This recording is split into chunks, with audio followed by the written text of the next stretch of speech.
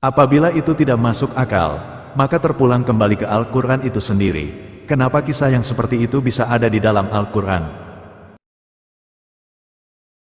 Jadi, dapat disimpulkan, itu adalah logical fallacy, cacat logika.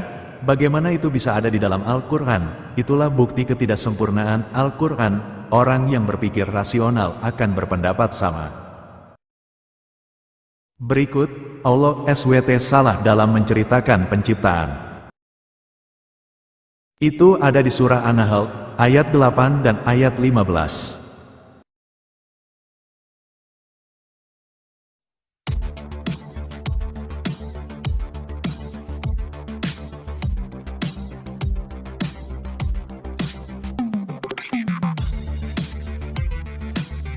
Anti Murtad Channel, mengungkap kebenaran, iman Kristen. Ditonton videonya sampai tuntas, disimak baik-baik dan dipahami, baru komen.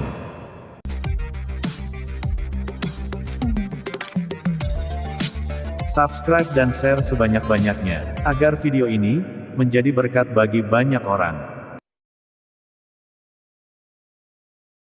Apa kabar para sahabat? Jumpa lagi di channel kita ini, semoga memberkati.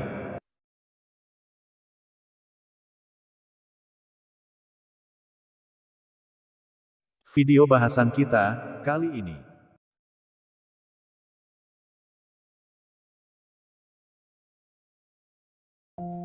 Allah ngasih aku hidayah pun juga salah satunya lewat dia juga gitu. Itu, lewat pendeta. Iya. Jadi pendetanya malah yang suruh masuk Islam. Iya, dia rekomen kan, karena dulu aku baca-baca kitabku sendiri yang lama, Bible itu banyak kontradiksi. Aku tanya ke pendetaku, ini kenapa gini, ini kenapa begini. Terus akhirnya pendetanya bilang ini, Ngaku. dengan bikin aku kaget. Dia jawab ini, kalau kamu mau kitab suci yang 100% benar, nggak ada kesalahan, ya kitab sucinya teman-teman kita, saudara muslim. Pendetanya ngomong gitu? Iya. Pendetanya malah ngomong gitu? Iya, dia ngomong gitu. Jadi ngomong, teman-teman kita, saudara kita orang Islam, Al-Quran katanya gitu. Loh. Terus aku cuma, hah? Pendetanya malah mengakui bahwa Al-Quran itu benar-benar firman Allah. Datang langsung dari Tuhan, katanya Datang nggak langsung ada dari kesalahan sekecil apapun.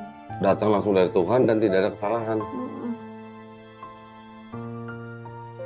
Sebelum video dilanjut, yang belum subscribe silahkan subscribe, share sebanyak-banyaknya kepada rekan-rekan Anda, dan jangan lupa, diklik tombol loncengnya, supaya setiap upload video baru Anda dapat notifikasinya. Video ini memperlihatkan kepada kita dengan gamblang dua kebohongan sekaligus. Yang pertama, kebohongan personal, yang kedua kebohongan faktual. Kebohongan personal, pelakunya tentu saja adalah Natalia Iriani, mualaf yang sedang diolah kisah mualafnya oleh Dondi Tan. Kebohongan mualaf ini jelas sekali dari apa yang dikatakannya mengenai pendetanya. Dia katakan, pendetanya lah yang menyuruh dia untuk membaca Al-Quran, yang diyakini pendeta itu sebagai kitab yang berasal dari Tuhan, dan di dalamnya tidak ada kesalahan. Jelas ini, suatu kebohongan, karena tidak mungkin seorang pendeta katakan hal yang seperti itu. Karena dengan mengatakan seperti itu, sang pendeta telah mempermalukan dirinya sendiri.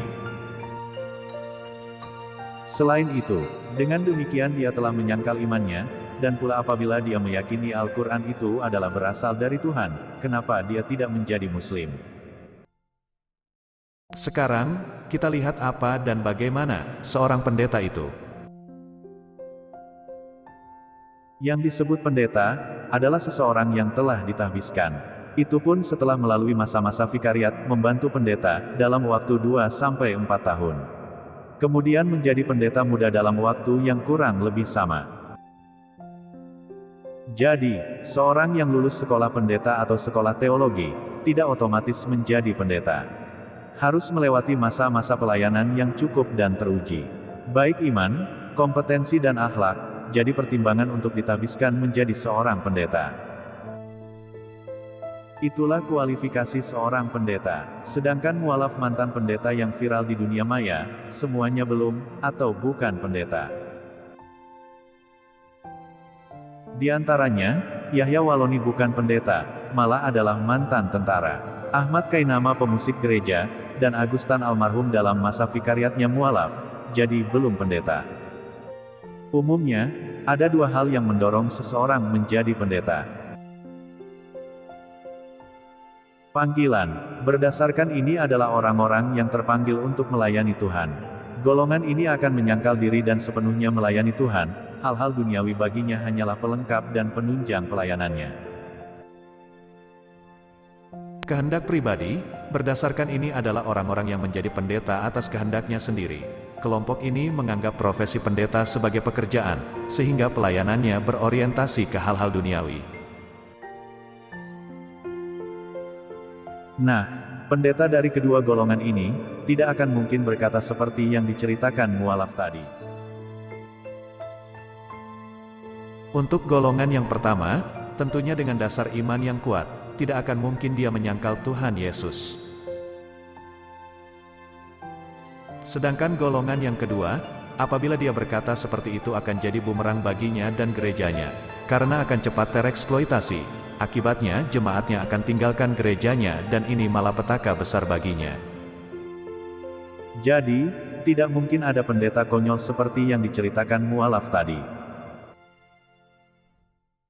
Selain itu, di sekolah-sekolah pendeta dan sekolah teologi, ada materi pelajaran Islamologi yang diberikan sebagai pengetahuan. Dan tentu saja yang dijadikan materi di sana adalah Islam apa adanya dengan segenap kekurangannya. Jadi, seorang pendeta sudah pasti paham bahwa Al-Quran bukan tanpa kesalahan, dan meyakini bahwa Al-Quran tidak berasal dari Tuhan semesta alam. Dasar ini pula yang membuat, adalah tidak mungkin ada pendeta berkata seperti itu. Oke, sekarang kita bahas kebohongan yang kedua, kebohongan faktual. Yaitu dikatakan Al-Quran berasal dari Tuhan dan tanpa ada kesalahan sedikitpun. Kenapa? Ini saya katakan bohong, karena saya sudah meneliti Al-Quran dari berbagai sumber dengan berlandaskan logika. Faktanya memang benar Al-Quran tidak memiliki sedikit kesalahan, tapi justru memiliki banyak kesalahan. Di sini, saya tidak membahas Al-Quran secara luas mulai dari pewahyuannya, karena sudah ada video saya terdahulu yang sudah membahasnya. Ini videonya.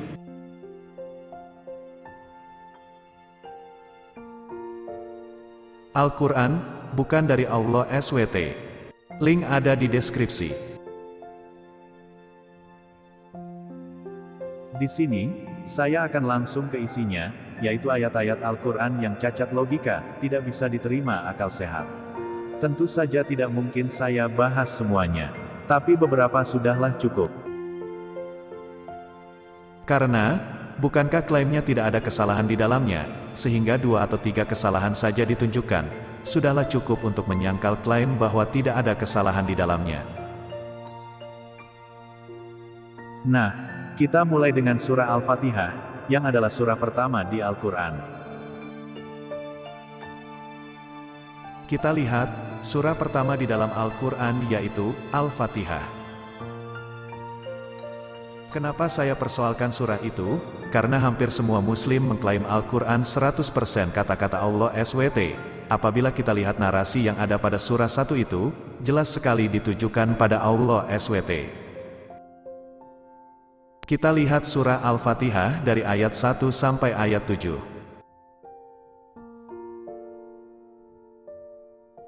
Quran Surah Al-Fatihah ayat 1 sampai 7, dengan menyebut nama Allah yang Maha Pengasih lagi Maha Penyayang. Segala puji bagi Allah, Tuhan seluruh alam, yang Maha Pengasih, Maha Penyayang, pemilik hari pembalasan.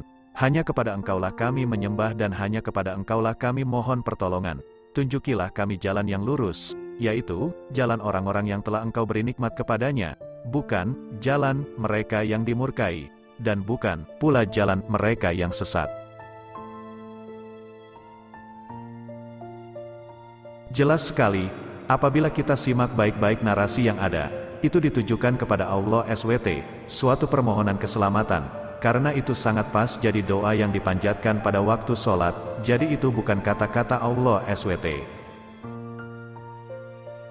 Jadi, klaim Muslim bahwa tidak ada kata-kata manusia di Al-Quran, alias 100% kata-kata Allah SWT, terbantahkan. Sekarang, kita lihat kejanggalan yang berikut. Matahari terbenam di lumpur hitam. Quran Surah Al-Kahf ayat 86 hingga ketika dia telah sampai di tempat matahari terbenam, dia melihatnya matahari terbenam di dalam laut yang berlumpur hitam, dan di sana ditemukannya suatu kaum tidak beragama. Kami berfirman, wahai Zulkarnain, engkau boleh menghukum atau berbuat kebaikan mengajak beriman kepada mereka. Ketika non-muslim mempertanyakan kejanggalan narasi yang ada pada ayat ini, jawaban yang diberikan selalu adalah ini majasi, metafora atau kiasan, karena matahari yang terbenam terlihat seolah-olah masuk ke lumpur hitam. Begitu pula, ketika saya terlibat debat online dengan seorang polemikus Islam, beliau pun menyatakan hal yang sama. Memang bisa kita golongkan itu majasi, apabila kalimat itu berhenti di situ. Tidak ada keterangan lain yang menyertainya, tapi menjadi berbeda apabila kalimat itu berlanjut dengan memberikan detail mengenai laut berlumpur hitam itu.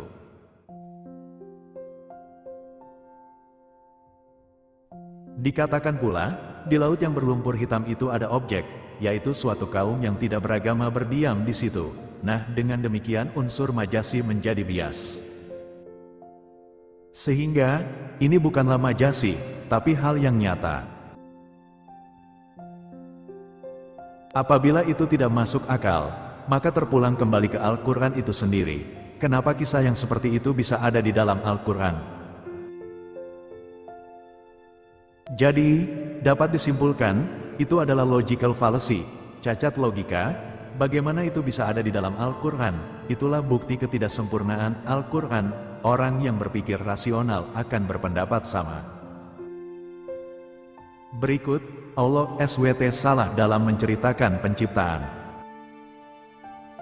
Itu ada di surah An-Nahl, ayat 8 dan ayat 15. Mari kita simak baik-baik.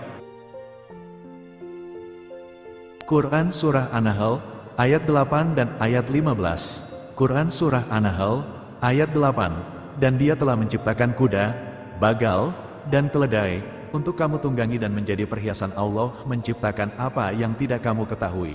Quran Surah An-Nahl ayat 15. Dan dia menancapkan gunung di bumi agar bumi itu tidak goncang bersama kamu. Dan dia menciptakan sungai-sungai dan jalan-jalan agar kamu mendapat petunjuk.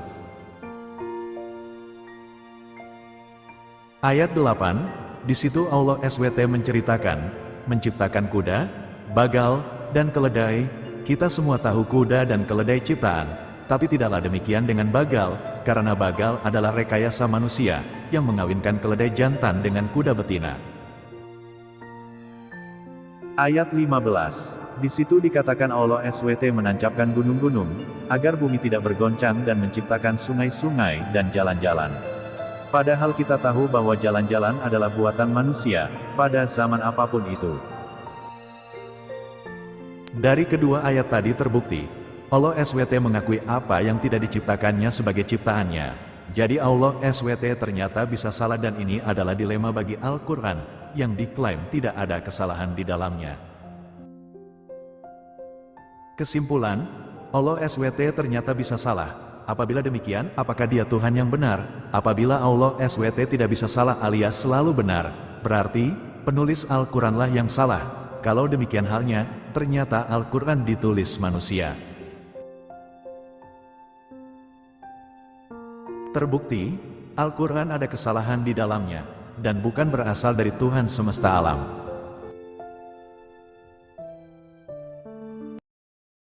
Sekian bahasan kita kali ini. Semoga memberkati.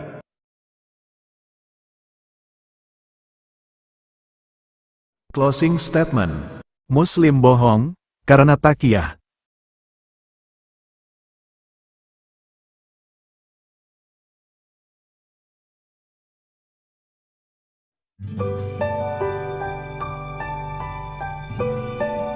Terima kasih telah menonton, semoga ini menjadi berkat dan menguatkan.